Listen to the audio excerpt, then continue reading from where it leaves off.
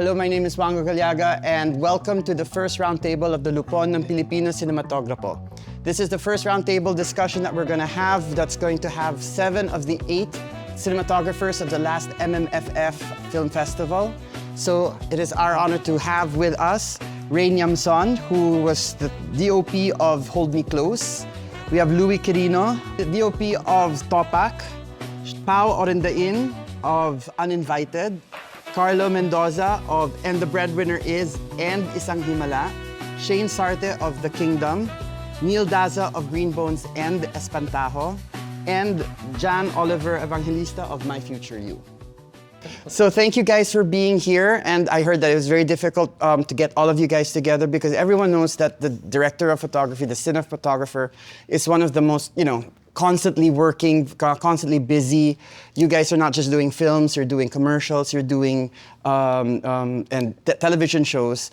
But let's talk first about last year's MMFF. You were, the 7 of you, without Sir Mark Terana, who's not with us, who wasn't able to make it for this one, but you guys were the ones who did the MMFF films. So is there a difference between doing an MMFF film versus like any regular film?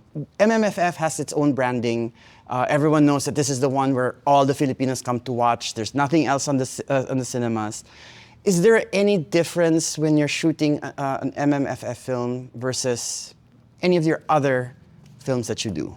I think Carlo can answer that, being a Hall of Famer of MMFF. Hall of Famer. And we're off. No, I think wala namang difference. Wala namang difference. I think the only difference is may play date, may set play date. Okay. So you have to finish at a certain time because there are deadlines. As for me, with the directors that I've worked with sa MMFF, pareho naman yung process. Pareho yung process. So even my process as a cinematographer was just the same.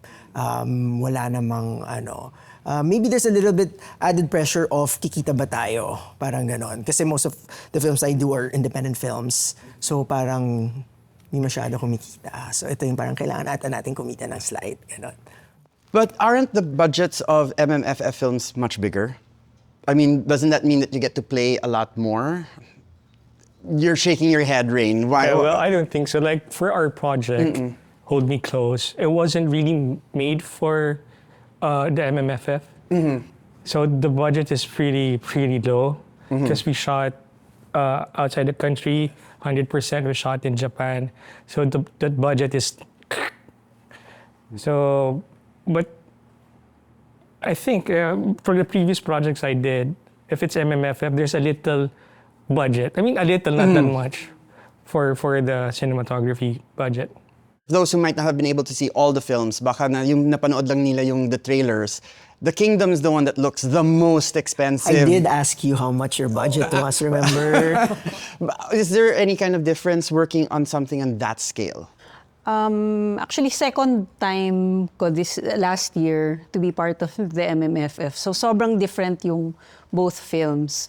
For this one, when I got on board, I knew from the start na it's really for the MMFF kasi nandun yung intention nung sinulat siya and then nung pinitch siya sa amin ni Direct Mike.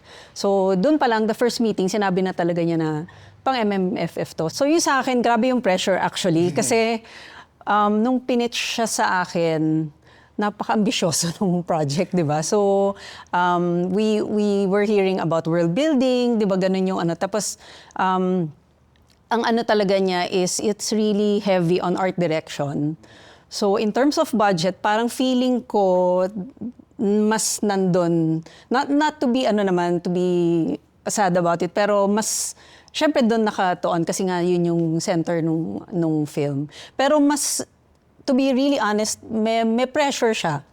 Yung being in the MMFF. Kasi we know for a fact na December talaga is puntahan ng tao. So, yung the pressure of giving something na pupuntahan ng tao kasi hindi naman mura, di ba, the cost of the cinema. So parang bigyan mo ng something na people will look forward to. Yun. So sa pressure, yes. Ako talaga personally, may pressure for me. Did anyone else here have like any kind of nervousness? Who here is their first time working on the MMFF film last year? First time ko last year, December. Hindi naman intended for MMF yung ginawa namin. So yung pressure, yung paano nyo gagawin yun with that resources, kasama na yun. Siyempre, hindi intended for MMFF, mas mababa yung budget na inano sa amin na binigay. Anybody else is doing MMFF the first time last year? Everyone else has done it before. Is there any kind of difference now over the past few years? I mean, there's a lot of people that are saying that last year's choices was, it was a larger, much more diversified selection. Sabi nila medyo walang tapon. Yun yung term nila ng 2024. Not to say na yung iba meron, pero... No. I mean, not to say, pero specifically, the 50th edition daw was medyo mataas yung quality. I was excited to watch everything. Yeah, yun. Yun, ganun na lang. I was excited to watch everything. And I guess, because I did 2 films na sobrang layo nung I did And the Breadwinner Is and Isang Himala, which something was, the other one was very studio-based and the other one's more independent. So dun pa lang sa ginawa kong dalawa, ang layo na. So, yeah. And talking about layo, I'd also want to bring it to Sir Louie. You did an action film, and because, I mean, the Philippines has a really long history with action films, especially in the 80s. Medyo nawala siya. But there seems to be a resurgence of action happening again through our teleseries. And what was it like doing an action film for MMFF? Well, we didn't shoot it for MMFF. I mean, Topak has been around for 4 years. We shot something with another actor, trailer with another actor to get funding. Di natuloy because we had a problem with the actor, and then we got funding. So and then we changed the lead. We got Arjo. We got the whole group of Nathan in. And it wasn't made for the film fest. Right. We went out and wanted to do a good genre movie. That's all it is. So I was so surprised that we got into MMFF. And it's great because it also broadens the genres that was being. It's not the usual, just the rom-com, comedy, family comedy, horror, and parang those are the only ones. Uninvited is a revenge thriller. Actually, that's also very new to the MMFF. What was that like, putting that together for an MMFF audience? Well, when we started doing it, we were hoping, I think the producers were hoping to get in, but we weren't sure yet. But syempre, the scale, obviously, with someone like Vilma Santos, right, and then Agamulak and Nadine. So the scale is already big. So the pressure is, like what Shayne and Carlo said, right? Na parang you're hoping that you do something good enough na you're able to return to the producers. But apart from that, the process is still the same. More pressure, definitely, 100% more than a regular film. But your approach is still the same. You're not thinking, oh, this is MMFF, I'm going to treat it differently, right? But yeah, so shooting something like that it was fun because I'd never done a revenge film and I never had ATV. So I mean, it was challenging and it was fun. I'll stick with you because your director is a director of photography himself, Sir Dan Villegas. Yeah. What's it like Also having a member of the director? LPS. Your director is someone who... It's great because he knows what he wants visually. So it's not, I think, people have asked me the same thing before. Does he dictate like that? He's not. He's very trusting, but he's also very clear about what he wants to see. So that's great because, I mean, it makes our jobs easier, right? Because versus you have a director who doesn't know or is trying to find the visual language. Dan is more, he's very sure about how he wants to see it, the blah, blah, blah. Pero he'll never interfere with the way you light it, or ganito. But from prep pa lang, it's very clear na our pegs and let's do this and this, we're trying to make it look like a certain way. So actually, it really helps na he's a cinematographer. Mm-hmm. I think for me, it's a boon more than a bane.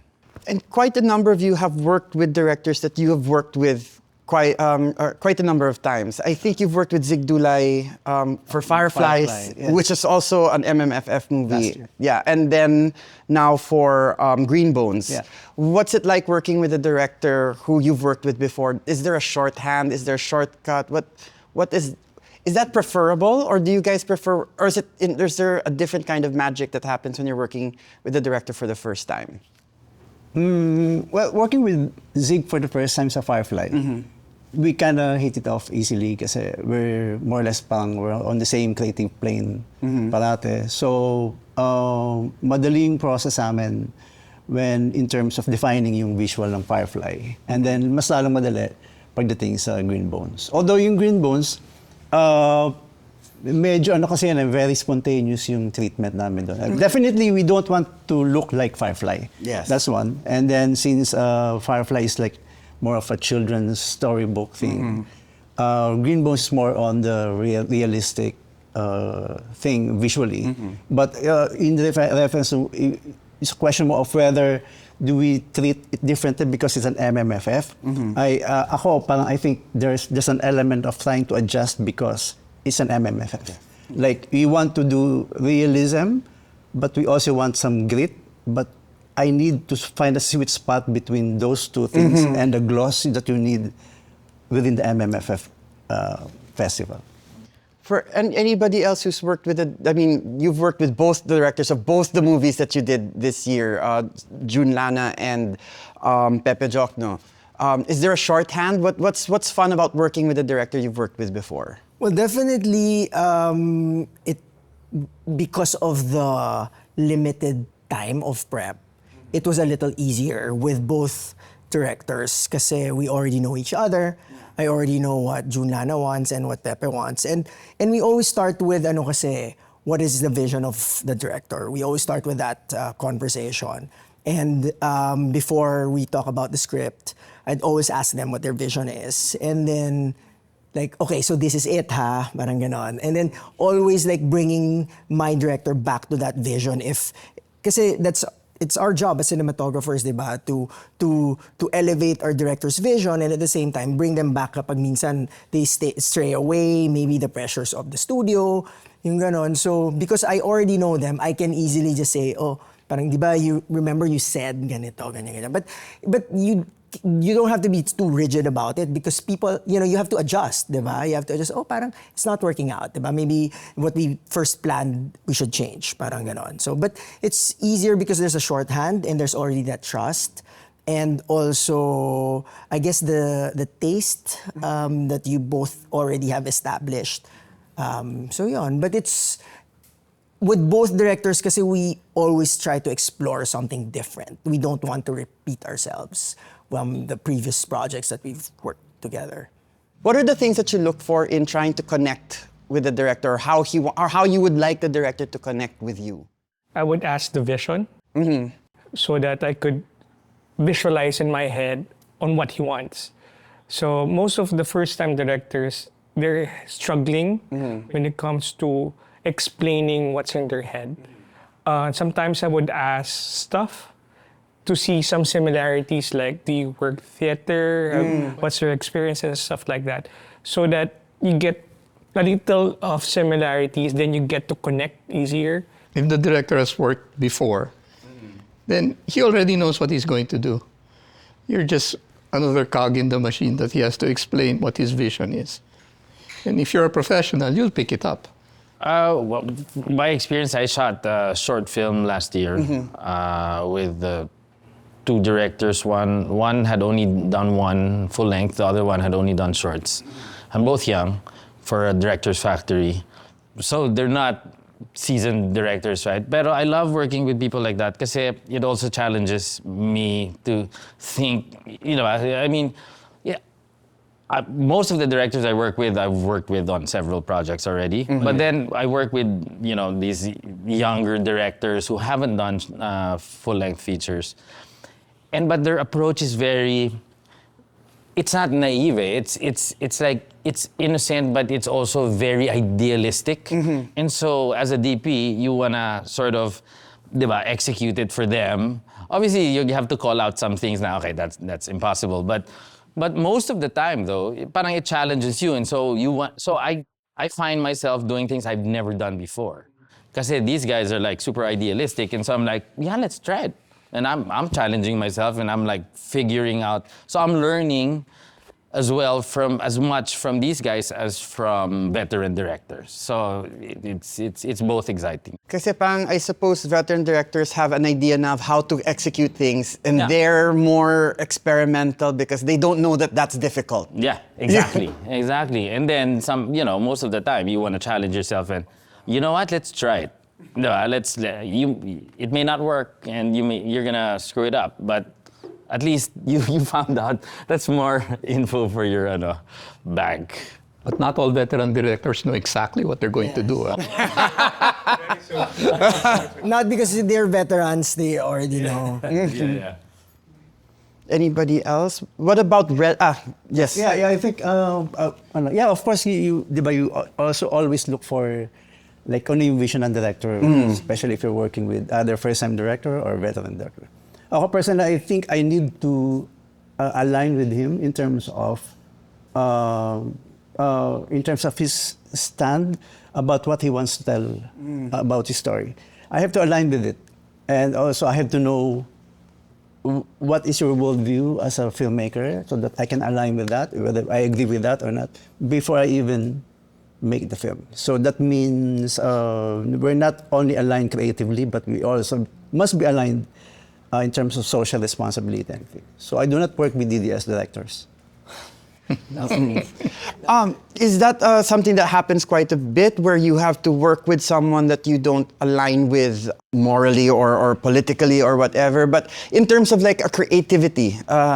I think kasi ako for me, it's like any relationship. It's kind of like dating, diba? So you have to get to know, dating. You have to get to know the person. So, expert talaga ako sa dating. No, it's like any relationship. You have to get to know the person. Yeah. Diba? Do you hit it off? Diba? You're gonna be working together for months.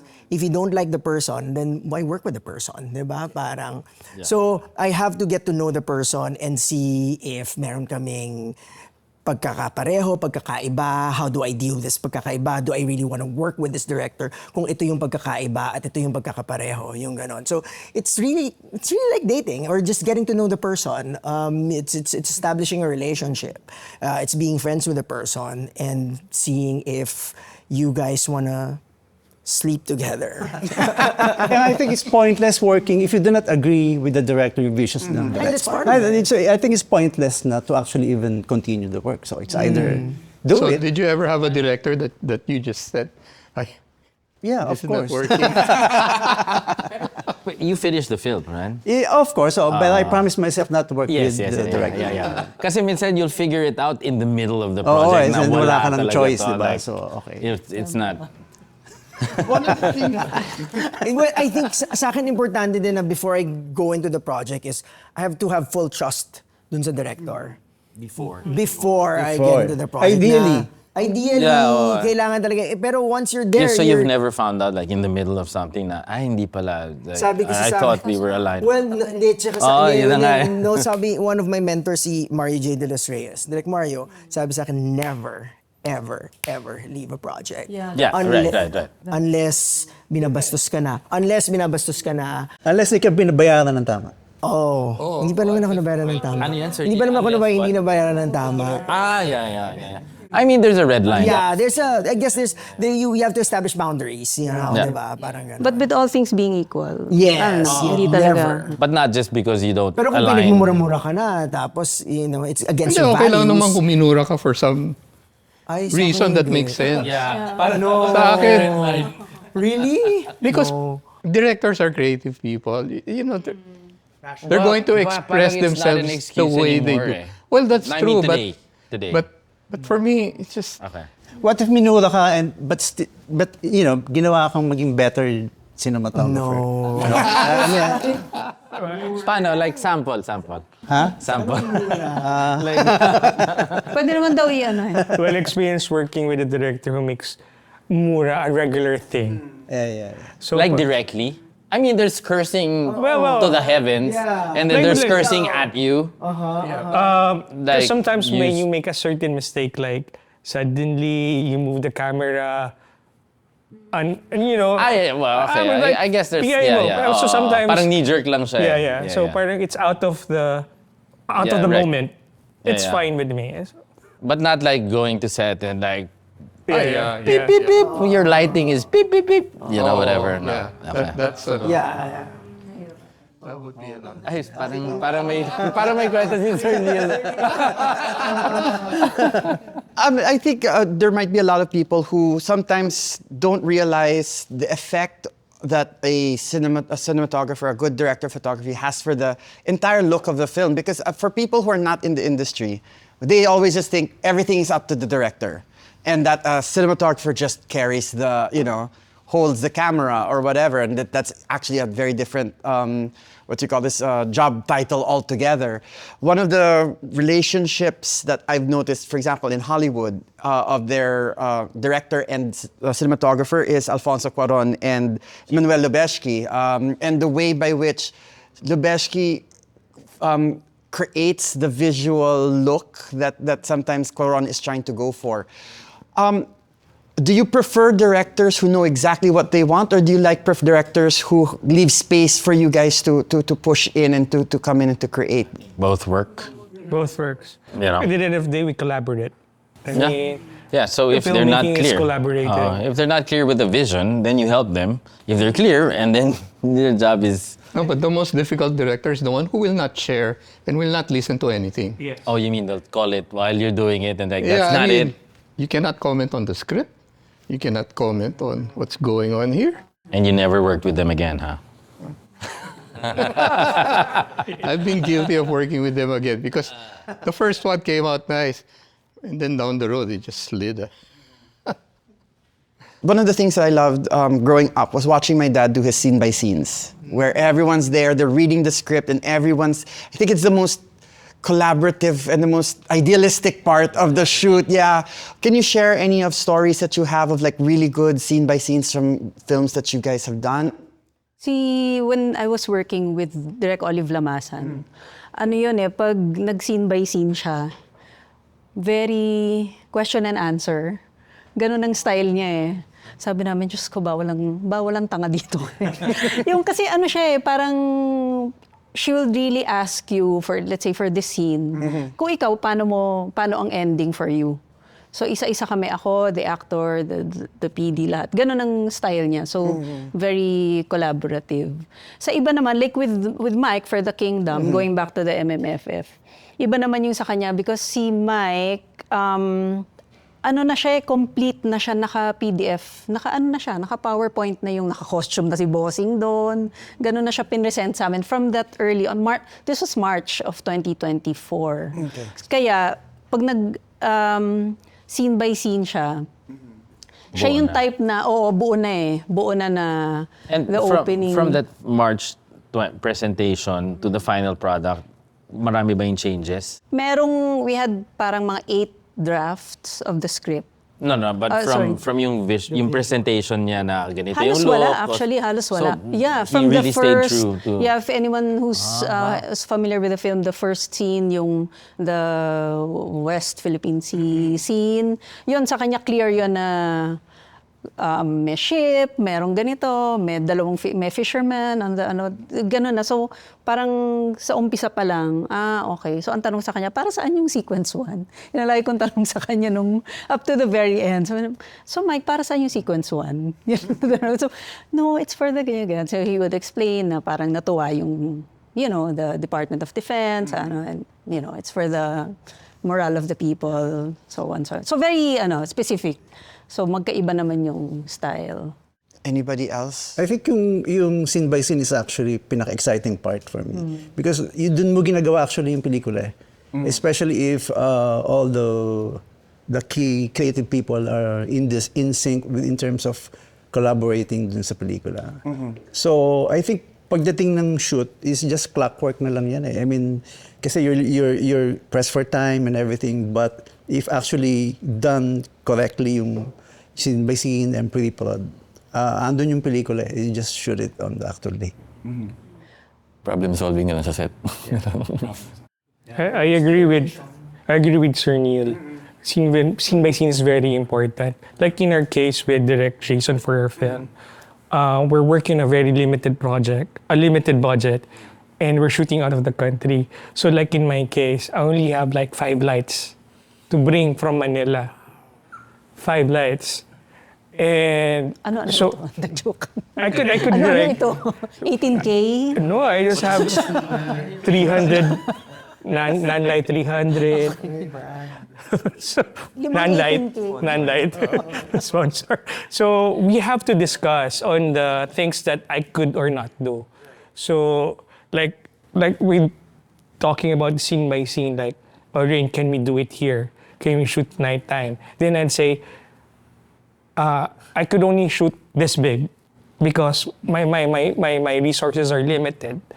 I can't shoot here because, again, my sources are limited. So we have discussion. Then what we did, what he did, since he's a scriptwriter as well, he adjusts as well based on my limitation and what I can give towards That's why him. ang daming exterior scenes ang Hold Me Close. Yes, definitely. And normally naman when you're outside of the country, maraming You exterior avoid, kasi wala yeah. akong budget masyado for Meron na yun, and meron pang lighting. extra eh. Like, it's a lot of it is happening, so that explains a lot. Okay. Because it's just, I only have 5 lights, so so as much as possible, we avoid shooting night exterior. That's very big shot because I just cannot.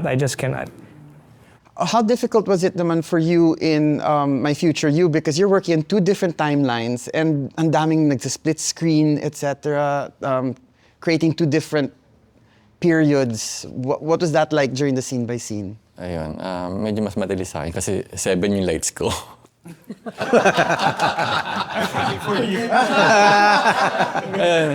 Masikip yung movie pag pinanood nyo eh. As in, masikip siya.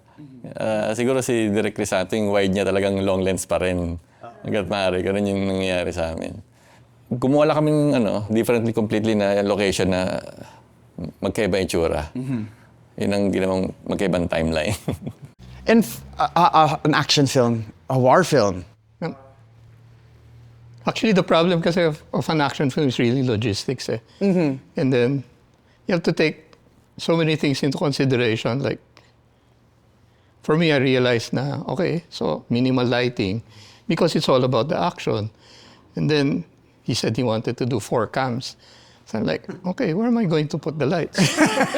You know, that sort of thing. Yes. So after the first meeting, I already knew, okay, I have to light it with practicals. I cannot drag in big lights because it's going to be seen. Yes. From there, I think the look came out because we decided to pour in the money into buying fixtures na lang that we could hang on the set. And for the rest of the film, it just went like that. So the warehouse, we had our own lights kasi talagang wala kang makikita doon. Yung kalye, the whole street we had to light. That sort of thing. But yeah, it's there in the scene by scene. You already know it. Okay, I'm gonna have to light that. Okay, so I'm going to need like this many hours before I can open that set for you. So you have to talk about these things. So I have to be there, or my boys have to be there at 2 if you want to grind at 7. If we're not there and kulang yung gamit, you cannot grind at 7. That's gonna push up to ano. So may mga ganun. But with the current technology in cinematography and that sort of thing, is it getting easier to shoot? What are your thoughts about the technological advancements in camera and Like in my experience, since I'll be working with minimal equipment, right? I really depended on the camera because I'll be depending on the practicals. If it's like exterior shot nighttime, I'll just depend on what's available there. So good thing certain cameras have a certain ISO that's very light sensitive. Then I could really work around with it. Yeah, I agree. I mean, it's easier and at the same time, parang I feel it's dumber because like the way you would light before, you don't do it anymore. Yeah. Because you're working with smaller fixtures, you're working with a camera that reads into the dark. And you're not taking readings just to be Yeah, able you're to not roll. even kasi taking readings anymore. You but- see everything. Oo, yeah. basta ako, na-test ko na yung cam, nakita ko na yung noise level. So, I know, okay, I can expose at this ISO. And then, at that point, I know I have to do noise reduction in post. Yung ganun. So and you know it's- how much noise reduction you can do. Yeah, for too. Topak, I did a Right, cam test diba? just for that. Yeah. Kasi I know, okay, low light levels, tapos hihingi pa siya ng slow-mo. So, automatically, +2 stops yun. Ako maghahanap. Di ba? So, I had to light for that level. Yeah, I think dahil yung bago yung technology in terms of yung light sensitivity. So it's kind of liberating at the same time limiting. Okay. Kasi, liberating kasi you can shoot really at low light, but also in terms of on a bigger picture, producers will tell you na, okay, pwede na yan kasi you can shoot low light. So yun, first question is, yun ba yung look ng film that you want to give? So in a way, it's kind of limiting for cinematographers the fact that you can shoot at low light and you can shoot at a more smaller budget. But is that the way that you want the film to look? Is that what it should be? Usually, it's just PNY. Pwede na yan eh. Ganun yung ano. Tsaka yung danger din dyan, yung mga ibang people you work with, they do not understand talaga yung kaakibat nung, ganun, parang sabi, si Chivo, yung Revenant, available light lang daw. Pero hindi naman nila alam what rags came with that, how much color grading, how much power Also, windows. that he shot 1 hour a day. Exactly. Just the right So, time of the day, okay, di ba? let's Yung do it that way. Oo. So, iba rin, di ba? So, it's really knowing also your tools. Sabi nga ni Sir Louie, alam ko na ito yung ISO and ito yung noise level. Alam mo, so you know how to work with it. I think meron ding responsibility tayo to actually to educate, the other key people in making films. Kasi nga may danger talaga na gano'n na. And I suppose generalize maybe it. the younger generation are coming in and thinking that it's easy, etc. They don't know the basics because the camera's doing the work for them. Parang gano'n. Or is that am I mistaken in that? Sa akin kasi yung choice important of the cinematographer. Maganda na, there are LED lights now. Especially, sobrang useful siya nung pandemic kasi nung time na yon, di ba? Ang liit nung team, di ba? Wala kang generator and all that stuff. Pero like me, for instance, for example, you give me a big window and I'm presented, let's say, a 400-watt light na maliit na LED versus, let's say, a 4K. Depends kung ano yung gusto mong ipasok. Silhouette na lang yan. I would, kasi kung halimbawang malaking window, mas gusto ko kasi a large source going in. Yung ganon. So for me, it's not really the intensity, but sometimes it's a spread, di ba? Yung parang, so choice siya eh. Parang it's nice that nandyan yung technology and we should all be aware of it. Pero yun, yung the ability to choose, yun ang important. Yeah, there are looks you can't achieve anymore because you'd use like a big Fresnel. Yeah. Tapos suddenly, ano yung ganun na Ayoko lang yung nung may ilaw mo? maliit. Ibang-iba Ang laki yung na look ng that's- Fresnel na na malaki Oo, alam mo diba? yung may source. Alam mo yun, yung sometimes parang when you watch it, parang you would want naman the audience na to be in the story rather than, Right. especially for the technical, I'm sure, you being one of them, parang, ay, may source doon. Kasi parang may maliit na. May ganong tendency lang. I don't know if nagiging OC lang ako, pero... But with regards to that, in terms of how the audience is viewing things, hindi na uso yung mga David Fincher type, etc. Things hidden in shadows. Is that a problem for you guys, or do you think that's a problem for the Philippines in terms of what the audience thinks is good cinematography? It never, you've never... I think You've never seen... I wouldn't call it a problem, but Okay. it kind of dictates for cinematographers. Kasi nga, diba, parang ang question, do I light for Netflix now? Or do I light for Trinoma Cinema 10 dahil ang dilim niya? Yeah. So yung ganong question. So, Meron mas specific ang dilim project. cinema. Yeah, you grade kasi the projectors are always not the greatest. Netflix has specs in terms of technical. Yes. Pero treatment-wise though, I mean, we don't really think about, they're thinking it's all too dark now. We don't, diba? It's always... that doesn't come in, that's No. not something that you guys think I about. think that was your question? Yes, yeah. Yeah, so not really? I think for me, it sounded differently. I mean, now kids are more aware of the look. I think most of I'm so surprised with the young kids now. I mean, I would hear them, "Uy, ang ganda ng cinematography." I mean, when I was younger, I mean, I never heard the word, "ang ganda ng cinematography." Pag napansin nga yung cinematography, hindi maganda yung movie eh. That's a different story. But that's a different story, Carl. That's a different story now. Yeah. Di ba? Parang dapat ang lumulutang lagi is It's the story. So all the movies that you've done weren't good? Kasi lagi napapansin yung cinematography. Let's not go there. Not kidding. No. But so to answer your question, it always has to be, you light for the story. Yeah. You do not light for the audience, you do not light for the festival. What is your story and what is needed for the story and what is your director's vision? I think dapat ganon. But honestly, that thing about it's too dark or something, that's really a post issue. It's not so much the cinematographer's issue. Okay. Because whatever we shoot now is going to go through a colorist. Then the colorist will master that picture. And then it depends on where it's distributed. Is it streaming? Is it theatrical? Is it this? Yes and so, no. Basta it's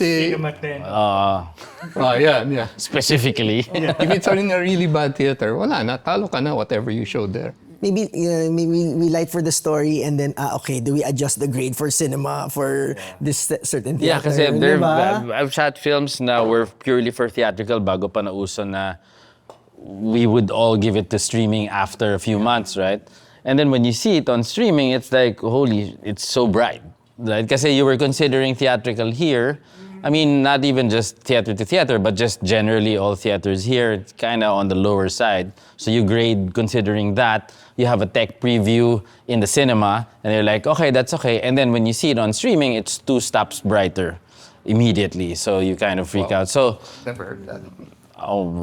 We'll talk later, Sir Louie. Di ba sabi nga nila, the projectionist has the last say in the story? Well, it's not really the projectionist. It's really Diba? who owns the theater. Yeah. And is trying to conserve the life of the bulb. But it really matters, the projection of the cinema. Sometimes, Yeah. we would, saan ba tayo papalabas? Saan ba to? Cinema na to or Netflix? Because it really matters. Sometimes in the Philippines, we have bad projection. I mean, there are rarely few cinematheques have good projection. Yeah. So, like for example, premiere nights. Dun ka na lang diba? Saan na Gandahan ko na to premiere. Mega Mall? Okay, Mega Mall. No, but that's Patay the tayo thing. You dyan. grade for the premiere, and then it's going to be shown elsewhere, and then it's going to be a lot brighter everywhere else. Now, if you consider the wide distribution, your premiere naman is going to be too dark, right? So it's always like, okay, what are we trying to tell here, right? And it's Who do we amazing. want to please? I would have always thought that this was never the cinematographer's, thought process. It's always on our minds. The post, what's going to happen to the movie afterwards. It's just during the filming, but no, you guys think about this as well. It hurts. Effects. Yeah, no, I can imagine. Okay, And you have to have a hand in it, because I mean, from prep to post, it's not like the photography is half of it, and then you have, it's like being a photographer and you take the photos and you can't just be like, okay, I'm done. Develop it, Diba? we're done. You have it processed and make sure you want to pull it, push it, whatever, and diba?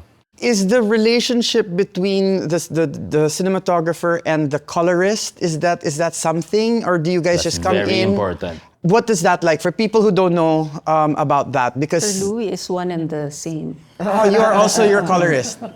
Do you argue? with yourself. Parang no? Nababaliw ka na.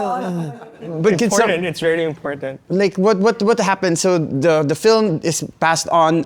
It's offline. The edit is done, and then you come in and you guys are sitting down throughout the whole coloring process. It's like a director-cinematographer Right. relationship. So you have to have a relationship with your colorist. Yeah, the best thing is that if the colorist gets it, he can do it. Then you can just come in to check. Yeah. And then the worst thing that can happen is upo ang kanyang cinematographer. Exactly. What Rain said, na it's the director-DP relationship. Sometimes you have colorists na you have a shorthand and pwede mo nang... Yeah. peg. You do a Bible of a few scenes, and then you leave it, and then you check it in the end. And then there are some that are like, hold their hands the whole way. Kasi, The worst is that when you enter, it's like, okay, we're going to start. I mean, not literally. And then they start from the Neil, very di ba yun? beginning, and me as a caller, I'm really like, I think, di ba? Kaya nga, ako parang, I made the point na parang before even I start a movie, kailangan ko malaman kung sino yung colorist ko. Okay. So when we do cam test, look test, kailangan na siyang dumaan doon. So, I mean, colorists are also artists eh. Yeah. So, ganun yung relationship mo. It's a very collab process. But usually you have your preferred colorist. We Of have our course, own preferred. And I think dapat kailangan ilaban ng DP. Yes. Yun kung sino yung gusto niyang preferred colorist. And you'll ask their input then if you trust them. You're like, it's a collaboration also.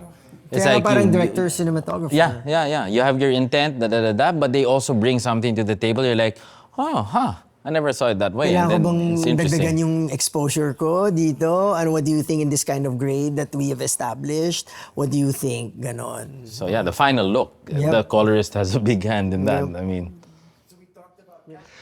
Since we're talking about like in the production, and then you were saying that when you're on set, it's really just problem solving.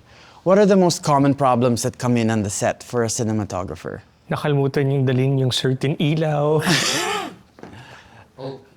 Hindi available yun. ako na-experience ka na, they forgot the cameras. No, seriously. Yeah, my first film ever was a Cinemalaya film. So we were supposed to shoot this tribal dance in the mountains of Ilocos Sur. Ilocos? Yeah. Tapos in our van, PM and then camera. And so we got there at 5 in the morning kasi dapat sunrise. And then the guys who were the tribe who was gonna dance, they trekked for 12 hours across mountains to be there at 4 a.m. So we get there 5, me and the director. The base camp is like 2 hours away down the mountain. So we get there and we're ready to go, and then the PM arrives. The PM is supposed to bring the production manager is supposed to bring the cameras in her van. She forgot the team. So my team woke up, and then they're like, "Oh, everyone's gone."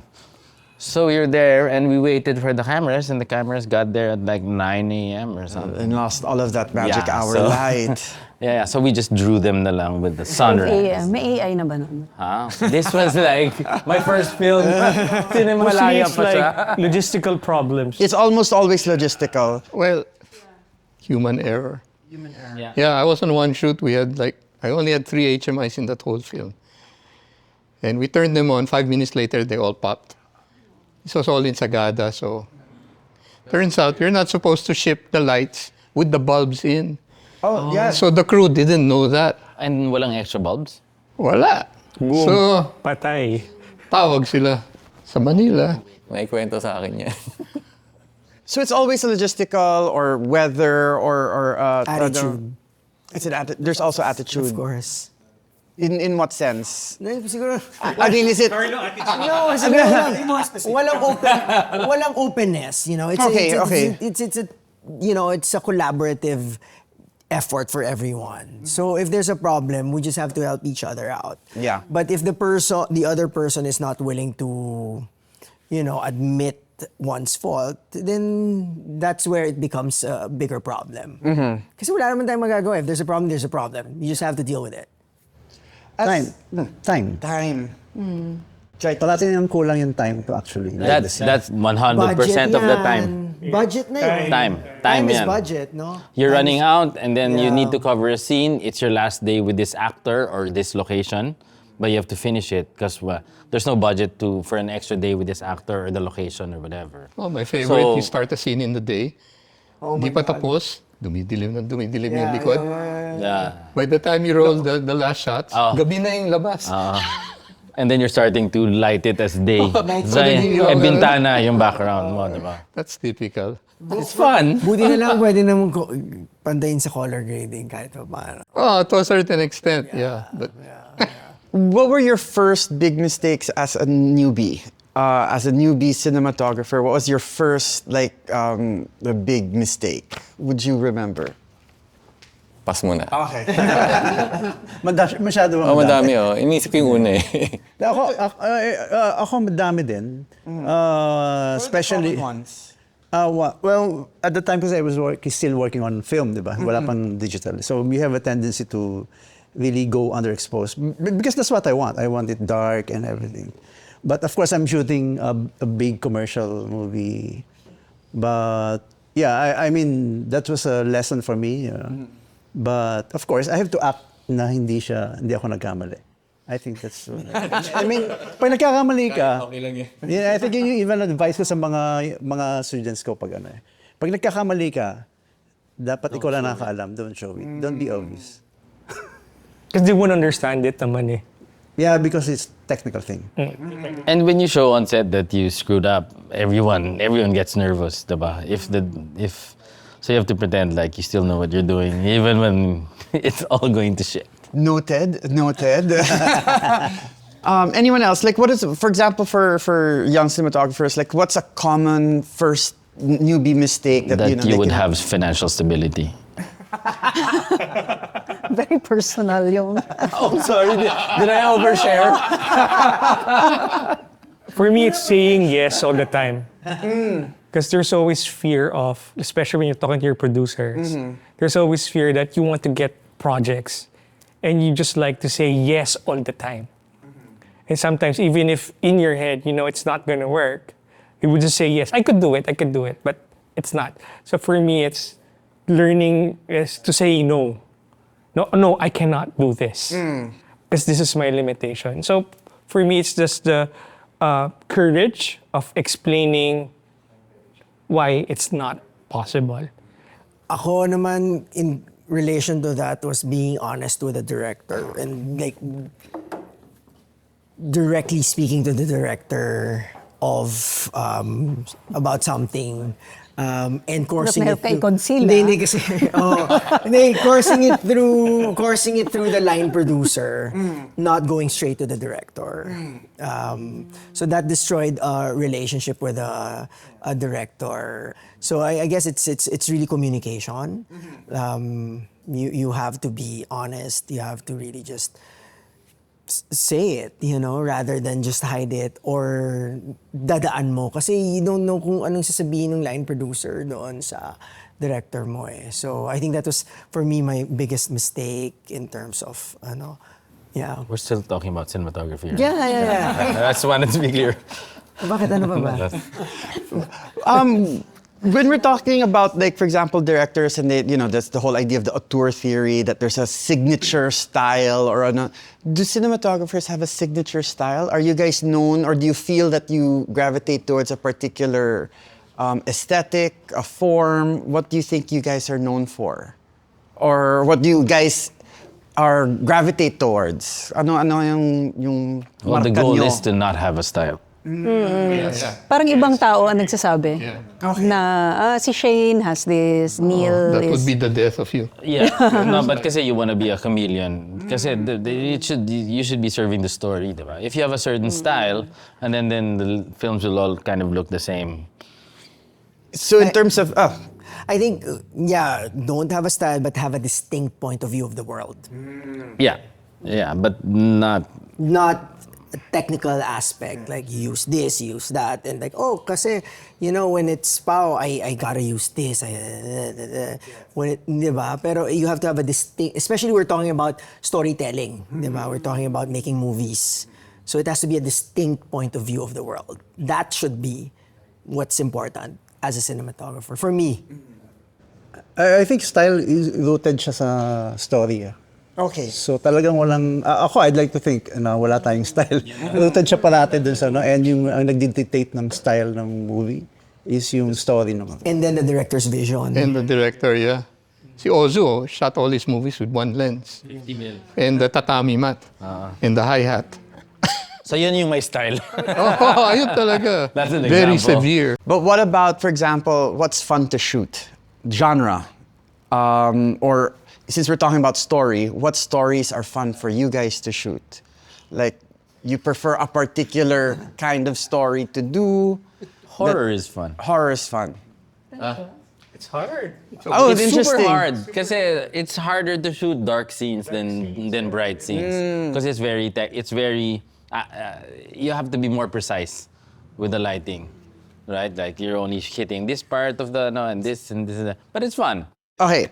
So anybody else, anything that's fun to shoot? Or like, one of the more challenging things that you had to light, that a scene that you had to I mean, to put Himala together? was so difficult, being a musical and shooting it in the soundstage. But wouldn't that be And the easier because you budget. have more control because it's a soundstage? Yeah, pero it poses a different challenges. Okay. There's always pros and cons with anything that you do. So with Himala, that was it was a challenge. It was a challenge. Question, I mean, because I'm so curious. So what was the main challenge for you shooting Himala? I think it was finishing our days because it was a musical and we only had 17 days. That was yun lang yung afford namin, just 17 days, and we had to finish everything. So I had to devise a plan wherein lighting would be easy so that we could focus on him staging, because it's a musical, and getting all the shots that were needed for him to be able to tell the story that he wanted to do. I like shooting musical. Okay. So I shot a musical with Chito Ronyo in 2010, Emir. And then I shot another musical. Yeah, na hindi pa tapos yung VFX. But ang fun kasi sa musical, kasi it's like shooting a full-length na music video.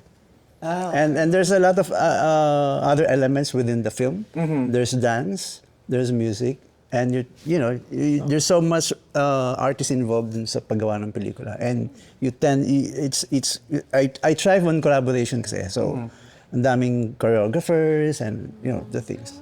I haven't shot the musical, pero The Kingdom was fun for me kasi first ko yon of that scale. Right. And Oo. I was looking at your filmography. It's a lot of like dramas and romantic movies, etc. And then parang, this seems so different from everything else that you've done.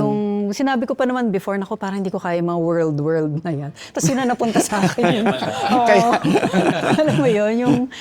So, yun nga, yung parang, it was really daunting at sa umpisa kasi parang, sabi nga, after naming mapanood, parang, paano ba namin na-shoot to? Parang, after we all saw the film, natuan naman, pero parang, paano ba natin natapos to? Yung ganong scale, di ba? Yung all the locations and the costumes and yun. I mean, you made a different look for the...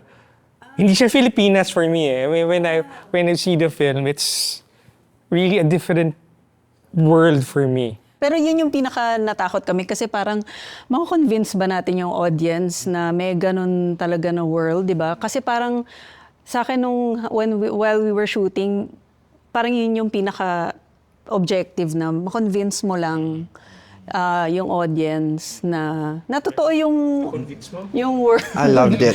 Especially yung wedding ni kung familiar kayo, yung wedding na hindi natuloy. The Prince of Thailand. And if you guys are familiar with that location, napakaliit nung location na yon. So sa script talagang parang, di ba, yung pupunta na to sa The Mall. Alam mo yung gano'n, yung, di ba, yung British Royal Wedding na siya. So, nung nakita ko yung location, okay, paano to, di ba? So, pero yun nga, and with the correct lensing, I suppose, or napunuin siya ng production design and, the casting, it would work naman. So yun. How do you break down a script when it comes to you? What is the process for the cinematographer? What are the things that you look at when a script comes to you? What is the first thing that you do? Pinupunta mo namin yung location. Iba yung process sa amin eh. Tapos doon kami mag-a-adjust sa magiging look. So location para mas malinaw dependent. agad to. Parang ganon. Yung ginagawa ko, anthology. So, kailangan mo namin mag-ocular bago kami maglagay ng mga pegs ng kulay. Kasi doon kami bababase. Kasi yun na yung mga givens na yun. Doon kami parang i-convince namin na sarili namin na, okay. Bagay ito. So location dependent. I mean, nagsisimula doon. Pero hindi naman dapat yung tamang proseso. In a way, that's right. Because really, the production design comes before you eh. Sa cinematographer, nandun na yung production design eh. So, what it's supposed to look like, dapat naayos na yun ng production design. Then when you walk on the set, that's the first time you look at your problems. I think yung sinasabi kasi ni Gio, yun lang yung available para sa kanya at yun na yung binigay sa kanya. Pero ganun talaga yun eh. May option eh. Dapat may option, di ba? Tsaka meron ka rin sort of creative input eh. Ako, I look at the story, I break down, okay, is this past, this present? What looks do I need to achieve? This is a flashback. So what does direct want to do with the flashback? And then the story moves and then, okay, so at this point, dapat ganito na yung look nun. I mean, you don't have the same look from when you start because let's say you're following the character's arc. So padilim ng padilim yun. Tapos dun sa ending, dapat ganito na yun. So may mga ganun na when you look at the script. So it's not just a technician. I mean, you guys, it's not just a technician's job. I mean, I think it's the character's journey. You have to follow the character's journey. You're telling a story. So you have to break down the story into its points, into its... And the first time I read a script, I try not to have anything technical in my head. Yeah. Parang the first paragraph, I'm not trying to think, is this a crane shot? Is this it? Yeah, Parang no, you just want to be immersed in the story. And then you want to reread and then have some notes. Yeah. Pero you want to see it muna like how the story is told. You want to feel something and then imagine what maybe you want to make the audience feel before you get into the tech. I mean, that's But if it's a bad script, you just think about technical na Technical agad. agad. Okay. Steady Ito na. ka na. Okay. Troubleshooting ka na agad. Same with Pao. I mean, usually when I first read the script, I read it as an audience. So I just feel kung ano yung emotions of intention ng script. And then itatabi ko siya for like 2 to 3 days. And then go back to the script. And I'll read the script as a cinematographer and I start putting notes. Notes can be anything, like an image or an inspiration, a music that I think can be an inspiration. Anything. Ganun. And then try to create yung vision mo as a DP. And then you sit down with the director and try to marry his vision to your vision. I think the perfect word is marry. Tama si Sir Neil. You marry your vision to the director's vision. So again, it's a relationship. Kanina, di ba? Relationship, may marry na. Relationship, hindi mo kailangan kasal, di ba? Sinabi niya marry eh. Hindi naman kailangan kasal. Hindi, pero relationship nga. Kasi I remember si Mike, na sinabi niya sa akin from March of 2024, sabi niya, do you realize that we're joined to the hip? Sabi niya, up to the very end. So yun yung, it's a relationship. It is a relationship. Everything, this industry, this job is rooted in relationships. There's just so much that we've been tackling about the industry and everything, but with the technology that's happening, the changes in the industry that's moving, do you think the future, the hopes, dreams, fears, apprehensions? Let's get sentimental here. Parang it's more democratic now. I mean, it's not as difficult as when, maybe when we were starting out to break in. But now, I mean, it's easier, diba? There's a wealth of knowledge on the internet. It's more open now to anybody than it was before, let's say 20 years ago. There are more women now. Yes. There, I said it na. I love it. Yeah, no, it's more democratic. Yeah. I mean, there's you, there's Martika, there's Cara Moreno, there's Lim. I mean, Tekla Moore. I mean, there's just, it's the not... The president of the LPS now is female. So Filipino cinematographers were world class. I mean, our talents, it's at par with everyone in the world. And That's all I could say. Supporting each other. Filipinos are known for having crab mentality. And I hope that, starting with LPS coming together. Go, Carlo. Sana we support each other, di ba? And the next generation of cinematographers would eventually build relationships together and support each other. There's space for everyone. 100%.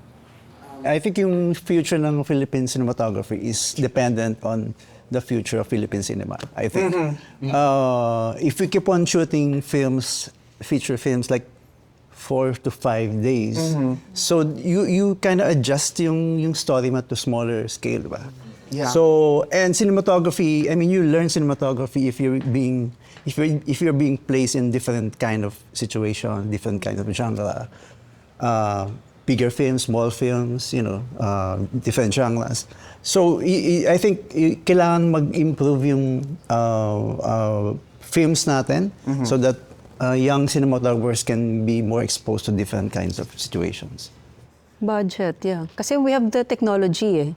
Medyo advanced ang Manila, ang Philippines. Competitive siya in terms of technology. Kasi, di ba? And creative people, talent, yeah. oo. About the talent. There's no question about that. So, I guess, kasi we used to shoot films for like 50 days. Di ba? Before, 50, 30, medyo, ang 30 days nun, considered, medyo mababang budget yan. It's a mid-range pa eh. Hindi, totoo. Sana all. Sana all may 30. 17 days nga. Sarap nun eh. Di ba? We have to really professionalize the industry.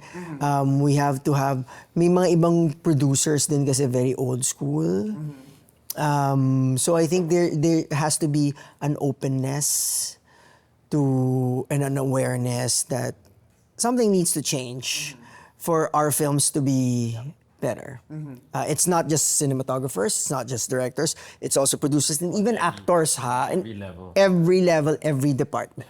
I think the industry should think about being global. With the emergence of the OTTs, if we could show our stories in a global level, then things would be different. I mean, if you achieve targeting even just the Southeast Asian region, and there's more market for you. So if you just keep thinking of the local market, then it's be hard. I mean, the budget is small. But if you think, let's target Southeast Asian, let's target the world. It's really just raising your level of storytelling, regardless if it's local or... Always with passion. Right? But I mean, Filipino films are already good as it is. Like, yes, maybe there could be improvements, etc. But how do we get people to come to the cinema again? Oh, okay. Di ba, supposedly when you watch a movie, it's an experience dapat eh. Yes. Ngayon, if we shoot movies like 4 to 5 days with just 2 characters, I'll just wait for it on the streaming platform. I'm not going to watch that in a movie worth 450 pesos. It can be cinematic. Yeah. Right, that's another thing, the 450 pesos. That's one. I think dapat talaga meron ng government support yung industry. Yes. I mean, look at Korea, diba? There's a lot of government support. I mean, I think it'll take everyone helping each other out, like on all, from distribution to the filmmakers. And hopefully maybe like this is a part of the process, this round table where we get to hear another side of the film industry where we're always thinking director, actor, etc. But we're not here talking about one of the more crucial elements, which is what you see on screen. So I'd like to thank everyone for being here, for sharing your thoughts and your experiences in the industry, and especially with our passion. And your passion. And you're from the recently concluded MMFF. We can't wait to see more of what you're able to give us to see. Thank you very much. That will conclude our first LPS roundtable discussion. My name is Wanggo Gallaga. Thank you for spending their time with us. Thank you. Cheers. Thank you for having me.